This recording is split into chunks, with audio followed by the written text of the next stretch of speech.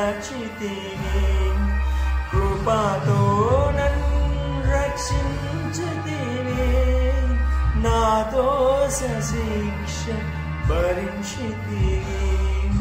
నా చిలిమి కోరి నీ కలిమి వీడి నా చింత చేరావు శ్రీమంతుడా. నా రక్షణ కొరకై ఆ శిక్షను పొంది బలియాగమై